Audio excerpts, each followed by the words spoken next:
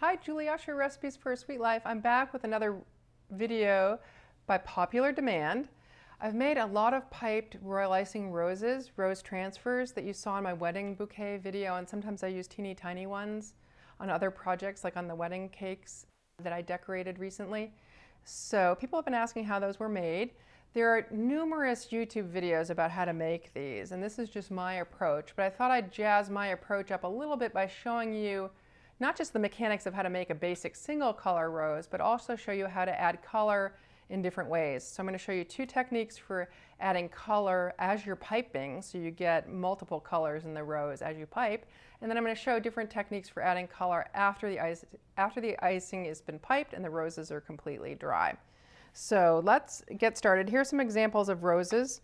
So what I'd like to show in the first half of the video are ways to impart color beforehand, or variations in color beforehand. So I've got examples of two-tone roses here where I've got dark centers and light outsides. So I'll be showing you how to do that. And I've also got roses here that are a little bit more variegated. They're largely pink, but you'll see they have kind of this reddish pink striping on the edges of the petals. And I'm going to show you that effect as well. Let's start first with a single color rose and the basic mechanics, and then we'll extend onto this dual color rose. What you'll need for roses, at least if you take my approach, you'll want rose nails, which are these little gizmos that you're piping onto, and you kind of twirl these in your hand so you can get around the rose more easily. They come in a variety of sizes. I think the largest one I have here is 913, and the smallest is a 9, 907, or even a 9. I think the numbering may be different from vendor to vendor. Yeah, here's my smallest, which is a 9. So basically, if you're doing a really small rose, you can get away with something that's about 1 inch in diameter, but if you're doing a big rose, like something of this size, you want something big enough that's going to hold all the petals. So the first step is just preparing the little pedestals for the roses you're going to pipe, your rose nails, if you will. And I like to pipe them on the roses on a little bit of parchment paper, so once they're dry, I can just, even if the roses aren't dry and they're still setting up, I can slide the parchment off and then reuse the rose nail right away, and then let the rose dry and then peel it off the parchment paper. But you don't want the parchment paper scooching around, so I've just got a little bit of shortening, Crisco, butter's fine too, that I use to keep that little patch of parchment paper down while I'm piping.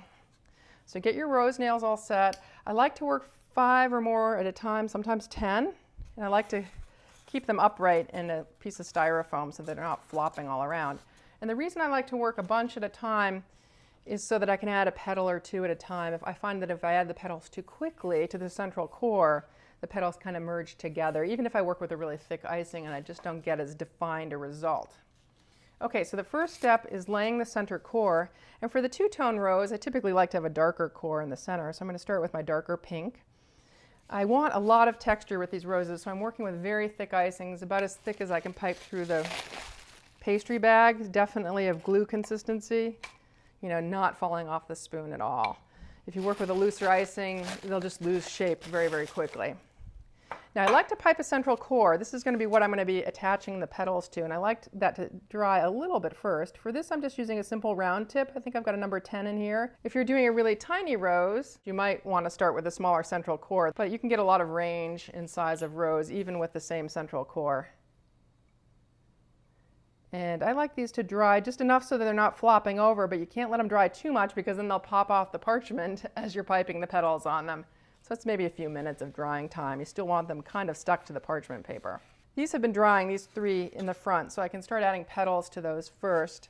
Now, for this you need a different tip. Here, the size of the tip really does influence the size of the rose quite a lot. This is a 104 petal tip. The petal tip kind of looks like an elongated teardrop. It's got a fat end and a narrow end. This is a 103, a 102, a 101, and a 101S, which I believe is one of the smallest ones. I use the 101S to create, and the 101 to create roses of this size.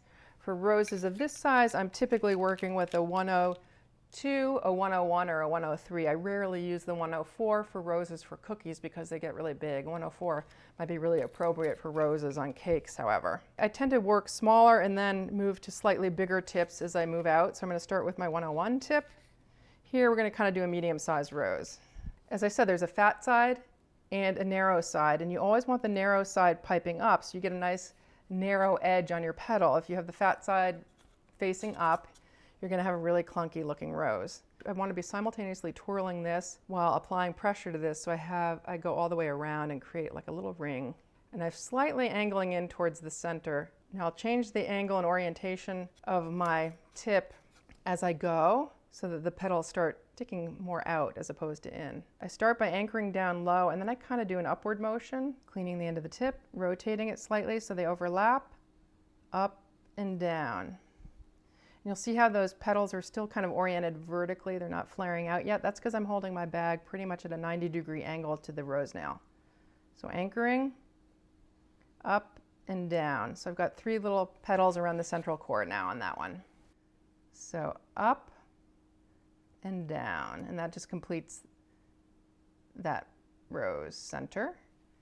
Now at this point, I would probably swap out to a 102 just so I get a little more coverage. I could continue in the same color, and that would be fine and dandy, but I just want to show you again how to introduce a little bit of color variation. So I've got a slightly lighter pink here, again very thick as you can see, going into the bag.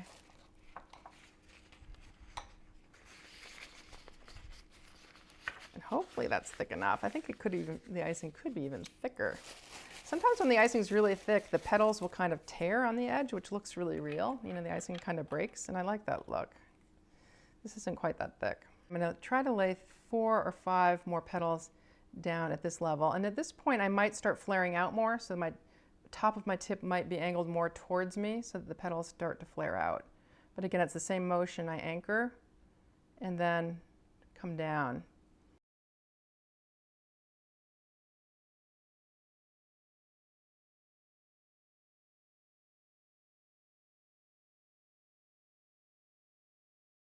So I've got 4 on the outside of that. I definitely need a 5th or a 6th there to complete that little rose.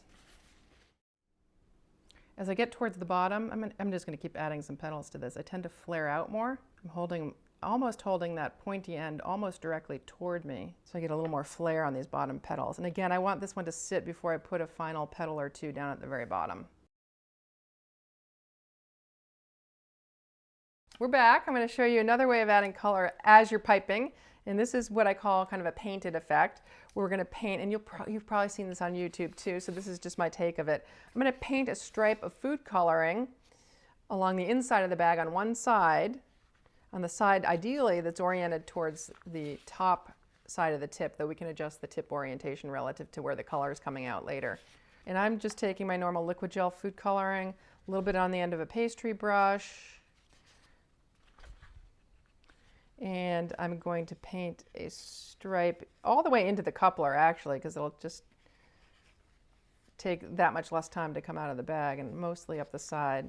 I've thickened up this pink relative to the last time I was piping with it a little bit because I thought it was just a little too loose and my petals weren't getting quite the definition that I wanted. Get that in there and then just kind of shake it down and push the icing all the way to the end of the bag. And I definitely want to do a few trial runs to make sure, you know, the color's coming out the way I want it before I pipe it on the rose. I've got a lot, see the first blob I took a lot of color out. You know, a big blob of red, I would have hated that to be on one of those roses up there, but now that I've worked some out, it's coming out more nicely.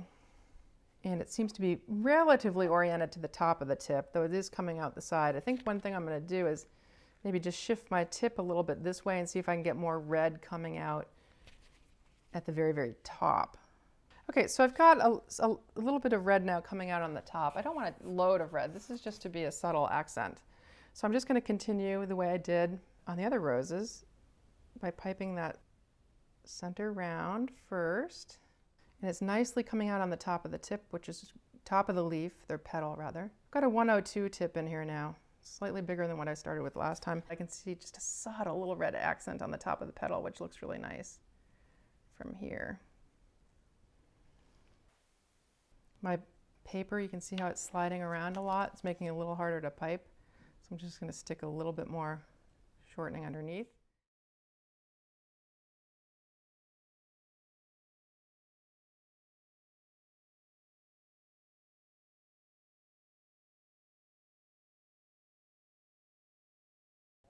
And if you find, the red starts coming out from a slightly different spot, which it can sometimes do, you can just unscrew it and shift your tip around until you get the red coming out exactly where you want it. But I'm kind of liking how that's looking right now. It's not exactly placed on top of the tip, but it's pretty on top of the petal, but it's pretty close. Now, if I don't make contact, sometimes I can see a little hole at the bottom of the petal. I can take my tressing needle and just make sure that they're all connected at the bottom. I don't know if you saw that. So there's the rose almost complete. I'd probably add a few more petals to that. Okay, before we get to post-coloring techniques, I want to just talk a little bit of work process. Let's suppose you only had like 5 rose nails and you wanted to start on the next 5 roses. Well, you needn't wait. This is why I lined them with parchment paper. You needn't wait for the roses to completely dry. You can just slide these guys off the rose nail and then set them over here to completely dry. You wouldn't want to lift the rose right now because you'd smush it. But I can remove all of these pretty safely and put them somewhere else for drying, and then go ahead and reuse these rose nails for other roses.